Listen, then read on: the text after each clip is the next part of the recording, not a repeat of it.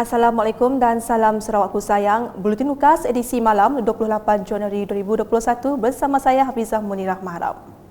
Berita utama, Jabatan Kebajikan Masyarakat Sarawak JKMS telah melakukan operasi tinjauan gelandangan bahagian Kuching pada Rabu selepas menerima banyak aduan dan laporan daripada komuniti.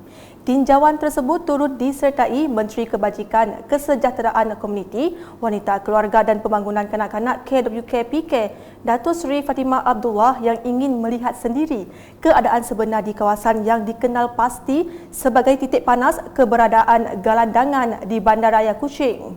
Berucap dalam sidang media sebelum menjalankan tinjauan tersebut, jelasnya operasi berkenaan berbeza dengan yang pernah dilakukan sebelum ini. Ya, sebelum ini kita buat operasi menyelamat gelandangan. Bezanya ialah kita tidak akan bawa mereka, kita tidak akan pujuk mereka seperti biasa, pujuk-pujuk bawa lari. Malam ini tak main pujuk lagi. Hanya kita akan beri makanan dan juga sleeping bag. Tapi kita akan rekod kehadiran mereka di mana mereka berada, di lokasi mereka untuk tindakan susulan nanti. Menurut beliau, perkhidmatan sewajarnya akan terus diberikan kepada golongan gelandangan di negeri ini kerana mereka berhak diberi perhatian dan menikmati kehidupan yang selesa.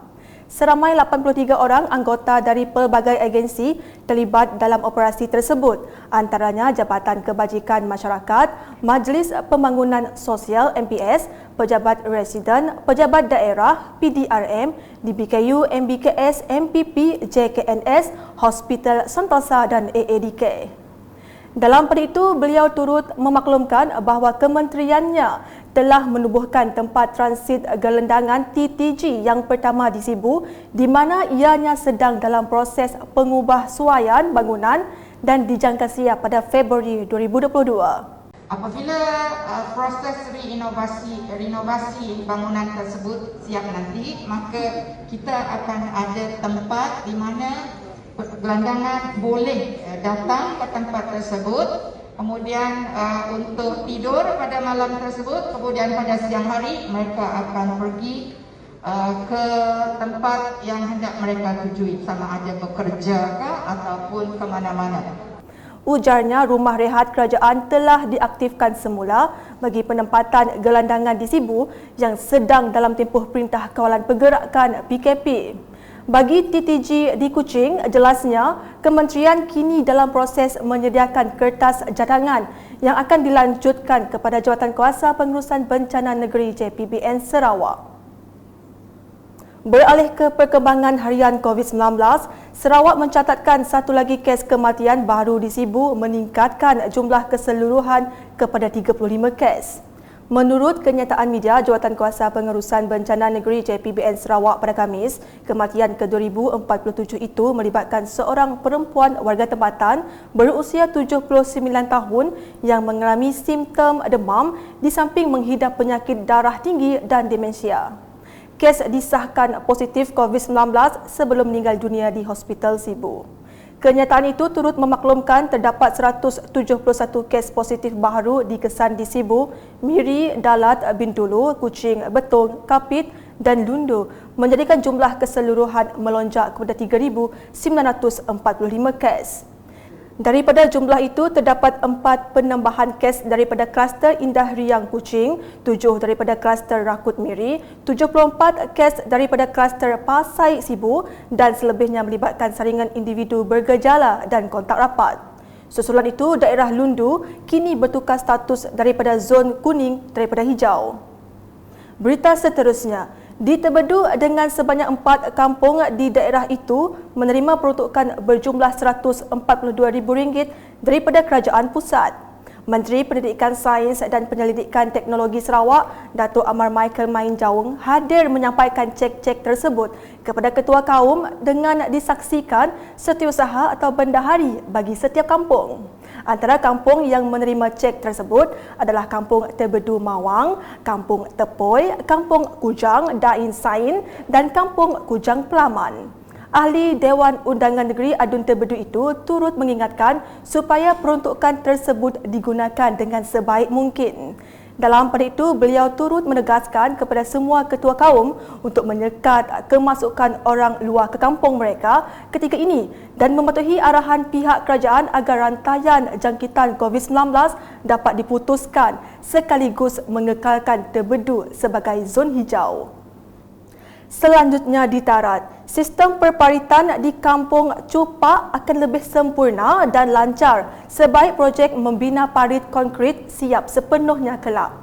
Menteri Muda Pemodenan Pertanian, Tanah Adat dan Pembangunan Wilayah Sarawak, Datuk Roland Sagahwi In berkata, projek yang melibatkan kos sebanyak RM200,000 itu dibina menerusi dana program transformasi luar bandar RTP 2020.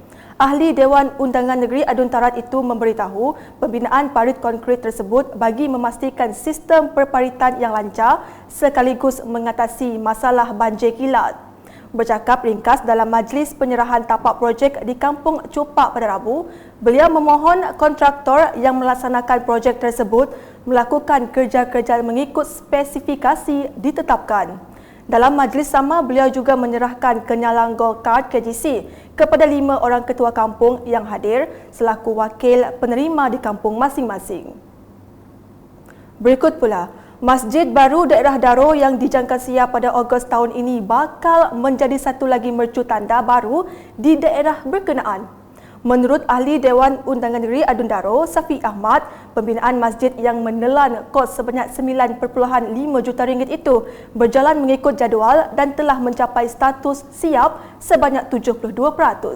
Projek kita, masjid ini setakat ini boleh dikatakan ikut jadual dan kalau tidak ada arang melintang, dijangka ianya akan siap sepenuhnya dalam bulan Ogos. Jadi setakat ini progres ataupun prestasi pelaksanaannya adalah 72% dan kalau ikut actualnya sebenarnya adalah target kita 75 dan ini dalam 72 lebih. So cuma lebih kurang dalam 2% saja lewat daripada jadual. Ditemu bual kru UKAS selepas mendengar taklimat dari kontraktor pada Rabu, Safi'i berkata apabila siap kelak, masjid baru itu bukan sahaja menjadi pusat untuk masyarakat di situ beribadah, malah ia turut dilengkapi dengan pelbagai kemudahan lain untuk melaksanakan tuntutan fardu kifayah. Antara kemudahan tersebut adalah tempat pengurusan jenazah, bilik kuliah yang mampu menampung seramai 145 orang serta ruang legar yang luas untuk digunakan bagi mengadakan majlis-majlis keagamaan. Sekian edisi malam bersama saya Hafizah Munirah dan kru penerbitan. Berita lebih lanjut boleh didapati di semua platform media sosial UKAS termasuk portal ukas.sarawak.gov.my dan pastikan anda subscribe UKAS channel di YouTube. Salam UKAS.